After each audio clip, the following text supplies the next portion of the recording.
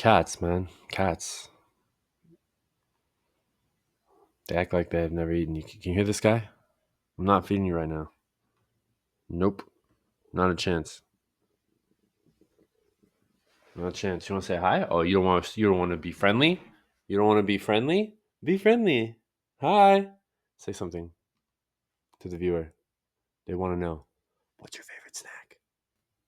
Is it biscuits? You like making biscuits, huh? Viewer hit me up over the week and asked me. Viewer hit me up during the week. Viewer hit me up earlier in the week and asked me if I've been wearing hats to cover my gigantic forehead and receding hairline. No. Look, it's been 2 weeks since the Dodgers won the World Series, and the first week after they won, I was still kind of processing everything that happened. Like, literally the first couple of days after they won it, it was PTSD. I thought that there was another game to watch. There was a little bit of anxiety as 5 o'clock Pacific rolled around. Uh, when the game's on. So I didn't really begin to start appreciating what the LA Dodgers accomplished until this weekend. These last few days, been soaking in more highlights, more interviews from players, from commentators, reaction videos from fans and commentators and players. It's truly remarkable. It's one of the best World Series I've ever seen. Being a Dodger fan, it might be the greatest World Series. It's the greatest World Series I've ever seen. It might be the greatest one I'll ever see. Lord willing, we get to see a few more with Shohei and the crew. But I can relate to Blue Jays fans' pain. I've been there before with the Dodgers, watched them lose Game 7 to the Astros in 2017. They went back the next year only to lose Game 6. Game 5?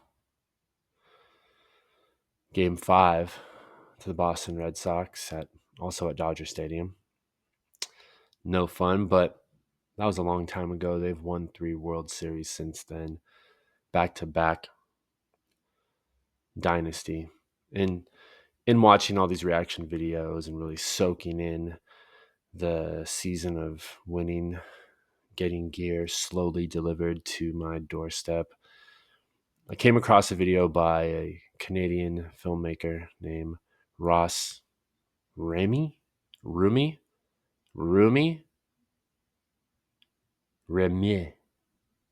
I apologize for getting that wrong. I don't mean to look like such a jerk. Here's the dude's handle. He made a short film called The Story I Didn't Want to Tell. It's a documentary of the Game 7 viewing party he was at. It looks like it was outside of the Rogers Center. Lots of Blue Jays fans. A lot of excitement for most of the game. I bet it was fun. On my end of the baseball spectrum, not so much fun. That game was tense after Bo Bichette hit that bomb off of Shohei. You could see the signs in the crowd. The slander. It was tense. So for most of that documentary, the Blue Jays fans are thrilled. Ross is excited. He's counting down the outs.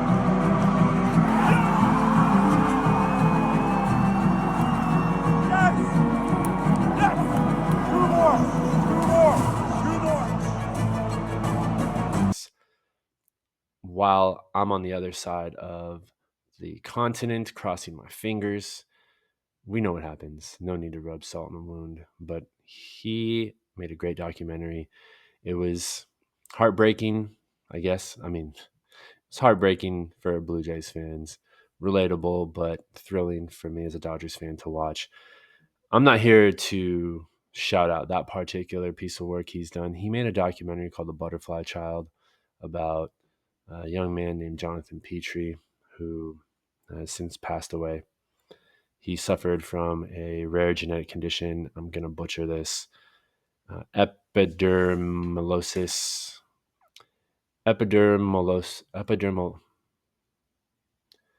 epidermolysis bullosa.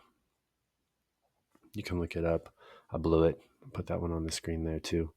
It's a condition in which someone develops blisters externally on the skin and internally. And it's heartbreaking. But it was beautifully shot. I want to see the documentary. It actually led me to another story about Jonathan that a local news team in Toronto did after he'd passed away. They shared their experiences documenting his life and his relationship with his mother. He was only 17 when he passed, and it's been 7 years. 7 years. I hope his mother's doing well. Prayers to her and to Jonathan. He seems like a true hero. Check it out. Bring some awareness to the condition, which it looked terrible. The young man, I don't know if he lived a day without pain, but he was very brave. And I wouldn't have found out about it if it hadn't been for Ross and the trailer that I saw. I'd like to check out the documentary. I'll put a little bit of the trailer here as I close out the week. This is going to be a battle for tooth and nail.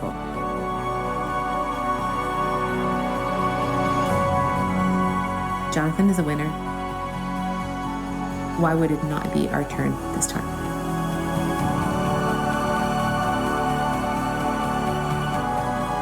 My goal is to give hope to people and to be that strong, courageous figure. I wouldn't see myself being anywhere else. This is my best birthday present. You being better. I love you, Mom. I love you too, buddy. I want to keep doing it until everyone can tell me, yes, I know what epidermolysis bullosa is. Till that happens, I'm not going anywhere.